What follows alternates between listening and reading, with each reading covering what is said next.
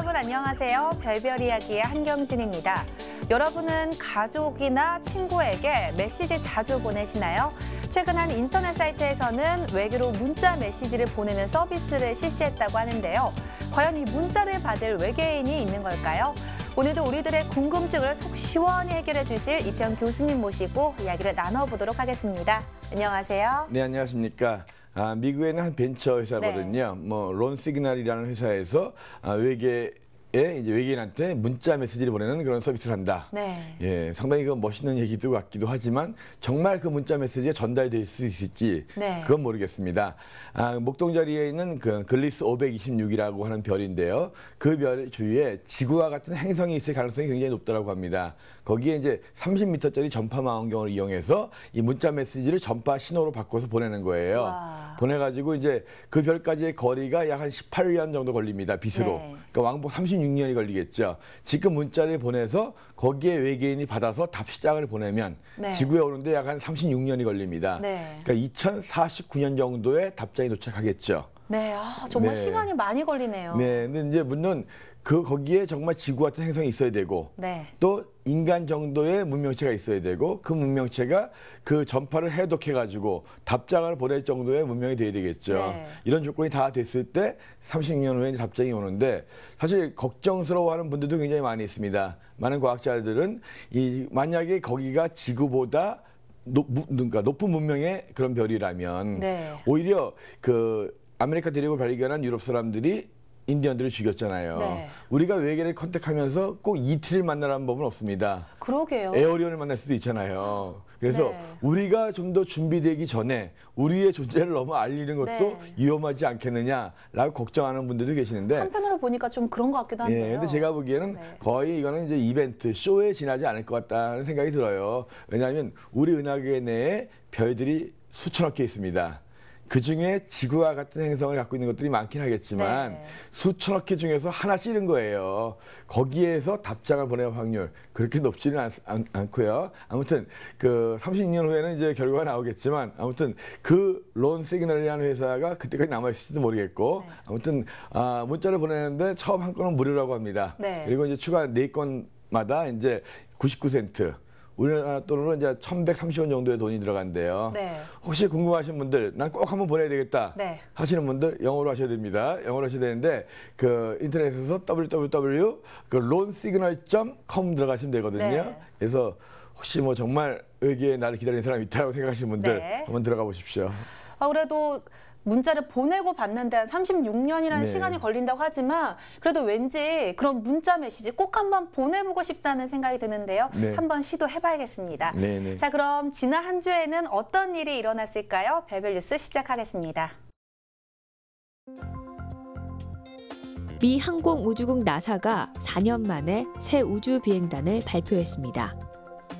선발된 8명 가운데 4명이 여성으로 우주 비행단 가운데 절반을 여성이 차지한 것은 이번이 처음입니다.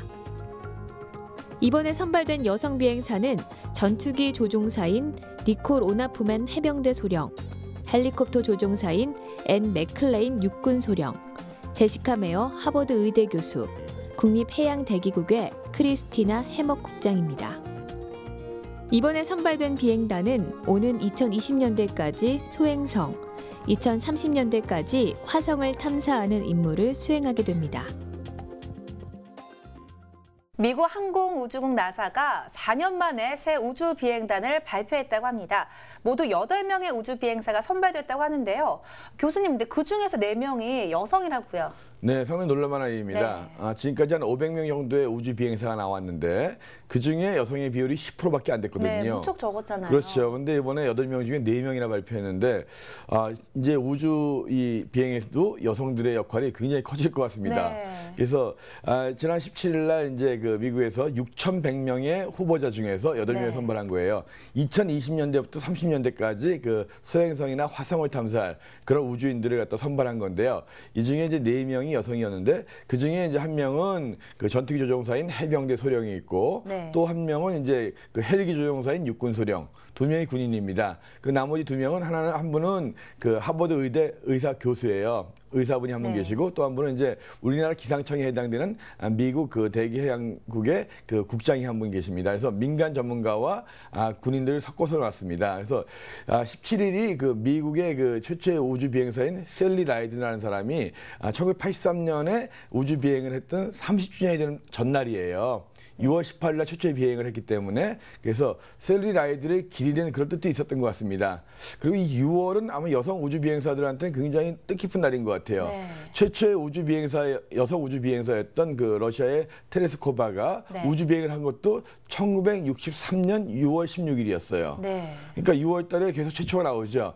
작년에 중국에서 최초의 여성 우주인이 나왔죠. 네. 그 우주인이 우주 여행을 한 것도 6월 18일이었습니다. 네. 올해 두 번째 여성 우주인이 나왔던 것도 6월 11일이었고 그래서 이 6월 달이 굉장히 그 여성 우주인과 밀접한 네. 그런 날이었던 것 같은데요. 아무튼 이 앞으로 우주 비행사를 뽑는 데서 남녀의 구별이 없어지는 것 같아요. 그래서 네.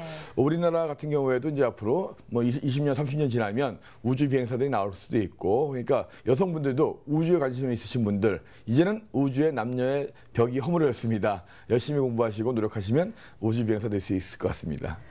네, 계속해서 여성 우주 비행사들이 많이 선발돼서 좀 활약을 했으면 좋겠다는 생각이 들었습니다. 자, 별별 뉴스에서 다음 시간에 전해드릴 새로운 소식도 기대해 주세요. 울퉁불퉁 칼로 그어놓은 것 같죠? 여기는 화성. 화성 정찰 위성 MRO가 촬영한 화성 표면의 모습입니다. 그렇다면 이 무늬들은 뭔가 흘러내려가면서 남긴 자국일까요? 그래서 진행된 실험, 장소는 사막. 돌은 내려가지 못하고 멈추는데요. 정체불명의 이 하얀 돌은 쭉쭉 잘 내려가네요. 화성의 모래 언덕에 여러 개의 기다란 줄무늬를 남긴 이 하얀 돌은 과연 무엇일까요? 와, 화성의 표면의 모습이 이렇게 생겼었군요. 드라이 아이스가 내려온 자국에 남아있는 화성. 교수님, 그러면 지구와 좀 비슷한 건가요? 지구의 사막과 비슷한 면도 있으면서 틀린 면도 있죠. 네. 이 사진 같은 경우에는 그 화성 탐사위성 MRO가 찍어서 이제 나사에서 오늘의 사진 해가지고 발표한 건데요. 네. 지구에서 이 물이 흘러내린 지금 보시는 장면이 이제 화성에서 나오는 그런 모습인데요. 상당히 칼로 벤 것 같은 매끈한 모습을 하고 있죠. 네. 그리고 끝 부분도 흘러내려서 지구 같은 경우는 얼음이 흘러내리면 그때 녹아있는 얼음이 증발한 네. 그런 흔적이 있는데 화성 같은 굉장히 매끈합니다. 네. 칼로 자른 것 같은. 네. 그래서 이거는 얼음이 흘러내린 그런 네. 부분이 아니었던 것 같다. 네. 이거는 분명히 뭔가 다른 거겠다. 근데 화성에 과연 뭐가 있겠느냐? 화성 대기의 대부분은 이산화탄소로 되어 있습니다. 네. 이산화탄소가 얼으면 드라이 아이스가 되죠. 네. 그래서 이런 지형들이 화성의 그 봄이 오면 그 사막의 모래 언덕을 따라서 이렇게 쭉쭉 줄 나 있는 것이 보입니다. 네. 그러니까 화성의 겨울 동안 이 이산화탄소가 얼어서 드라이 아이스가 되고 그 드라이 아이스가 이 화성의 그 모래 언덕을 따라서 흘러내리면서 네. 그리고 끝에쯤 오면 증발해 버리겠죠. 네. 증발해 버리기 때문에 흔적이 안 남기는 거거든요. 네. 지금 얼음이 흘러내리면 녹아서 그 흔적이 남겠지만 네. 그래서 화성의 대기의 대부분의 성분이 이산화탄소고 그것이 얼어붙은 드라이 아이스가 저런 모양을 만든 원인이 되지 않았겠느냐 이런 생각이 듭니다. 그래서 이 과학자들이 실험을 직접 해봤어요. 네. 그래서 이 지구의 사막에서 드라이 아이스를 갖다 직접 굴려봤습니다. 그래서 하얀색 드라이 지금 실험하는 장면인데요. 그래서 이 드라이 아이스를 직접 굴려보니까 내려가면서 점점 이제 이게 증발하겠죠. 네. 그래서 돌을 굴리면 이게 멈추는데 네. 드라이 아이스가 쭉 내려가면서 일반 뭐 이렇게 물건을 굴릴 때는 내려가지 않고 이제 서 있죠. 네. 근데 드라이 아이스를 굴리면 이게 서서히 가면 녹습니다. 아. 녹으면서 이제 기화되면서 마찰이 없어지면서 점점 빠르게 내려가죠. 네. 그러면서 점점 기화돼 가지고 이제 이게 사라지는 거거든요. 네. 그래서 이것은 일반적으로 뭐 얼음이라든가 네. 그다음에 일반 물질이 흘러내린 것이 아니라 네. 드라이 아이스가 흘러내리고 점점 내려가면서 이제 온도가 네. 높아지니까 기화돼 가지고 그 흔적이 남지 않았다 싶습니다. 그래서 드라이 아이스입니다. 근데 뭐 지구에서는 쉽게 볼 수 없죠. 네. 그래서 화성의 겨울이 그만큼 춥기 때문에 드라이 아이스들이 생깁니다. 네, 정말 화면에 보니까요. 지구와 달리 좀 날카롭고 매끈한 듯한 흔적을 발견했는데 정말 그게 드라이 아이스가 내려온 그 자국이라는 걸 오늘 또 알게 되었네요. 네, 와우 천문 영상. 다음 이 시간에는 어떤 신기한 영상이 우리의 마음을 사로잡을지 기대하세요.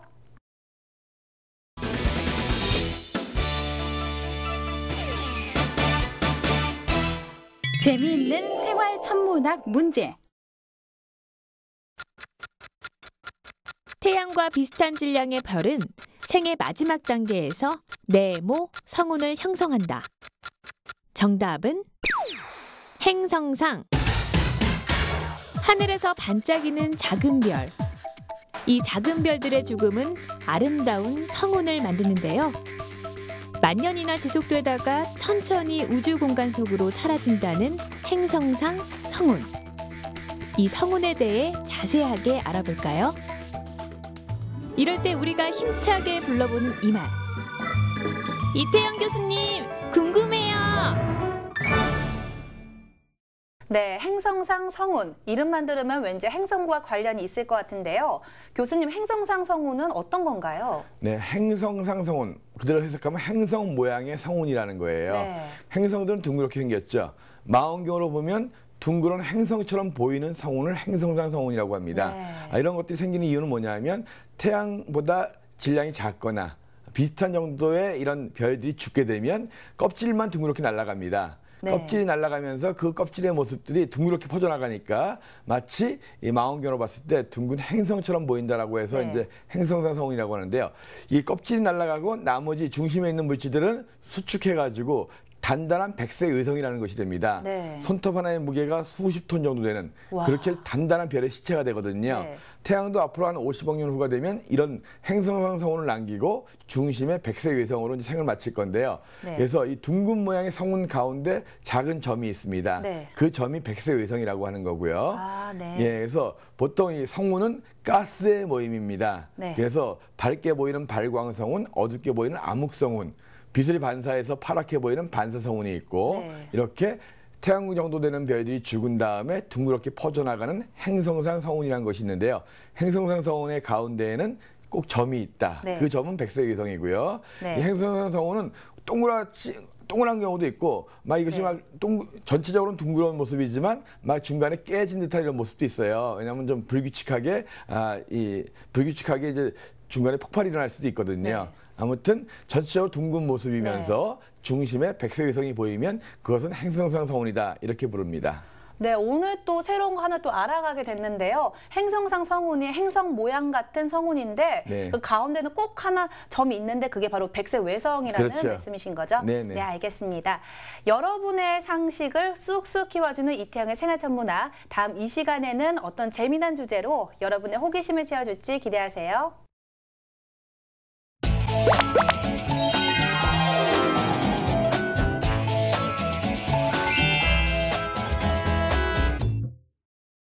이번 주부터 새롭게 전해드리는 코너. 이 시간에는 한 주 동안 하늘에서 벌어질 일들을 소개해 줄 텐데요. 교수님, 한 주에 어떤 천문 현상들이 일어나나요? 네, 30일 일요일 날이 하연입니다. 네. 하연이면 반달이 뜨는 거죠. 왼쪽으로 볼록한 반달이 뜨는데 네. 이 하연달은 밤 12시 무렵에 뜹니다. 그러니까 이 30일부터는 달이 점점 하루에 50분씩 늦게 뜨거든요. 네. 그러니까 이제 30일 이후부터는 저녁 하늘에서 달을 볼 수 없는 거예요. 네. 우리가 항상 달은 보인다라고 생각을 많이 하거든요. 네. 근데 이제 30일부터 시작되는 주에는 저녁 하늘에서 달을 볼 수 없습니다. 네. 달을 보려면 한 열흘 정도 기다려서 초생달이 뜰 때까지 기다려야 돼요. 네. 그래서 한동안은 달을 볼 수 없으니까 저녁 하늘에서 달 볼 수 없더라도 왜 안 보이지? 네. 서운해하지 마시고요. 네. 그 대신에 이제 오전 시간에 하얀 달을 볼 수가 있죠. 와. 낮에 뜨는 반달. 네. 그 낮에 뜨는 반달을 볼 수 있는 것이 바로 이 30일부터 시작되는 한 주가 되겠습니다. 한밤중에 되면서 이제 본격적인 7월에 여름의 별들이 이제 하늘을 장식하게 되는데요. 이제 여름 별들 좀 찾아봐야 되겠죠. 네. 길잡이별을 먼저 소개시켜 드릴게요. 그 저녁 때 보이는 것 중에서는 서쪽에 금성이 제일 밝게 보이고요. 네. 어두워지면서 점점 머리 위에 가장 밝은 별이 보입니다. 금성이 지고 나면 머리 위에서 가장 밝게 빛나는 별. 여름철의 기자비 중에 대표적인 직녀죠, 직녀. 네. 머리 위에 밝게 빛나는 직녀가 보이면 그 남쪽으로 보이는 밝은 별이 견우입니다. 네. 일단 직녀와 견우를 찾으시고요. 네. 시골이라면 그 사이에 은하수가 보일 거고, 시골이 아니라면 직녀와 견우 말고 또 밝은 별이 하나 더 있습니다. 직녀에 가까운 쪽으로 또 다른 일등성이 있거든요.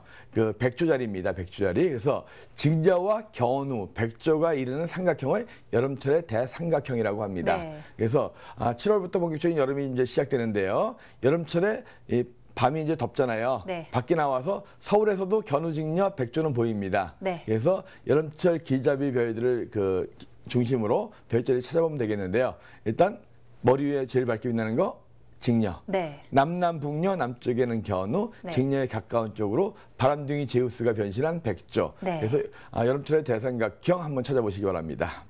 네, 그러니까요. 하얀부터는 저녁 하늘에서 뭐 달을 볼 수는 없긴 하지만 대신 낮에 흰색의 반달을 볼 수 있다는 말씀이신 그렇죠. 거죠? 낮에 뜨는 하얀 네. 반달. 한밤중에는 여름철의 대삼각형을 볼 수 있다는 말씀이신 거죠? 네네. 네, 알겠습니다. 오늘 소개해드린 천문현상 여러분도 하늘에서 꼭 한번 찾아보시고요. 다음 이 시간에 전해드릴 새로운 이야기도 기대하세요.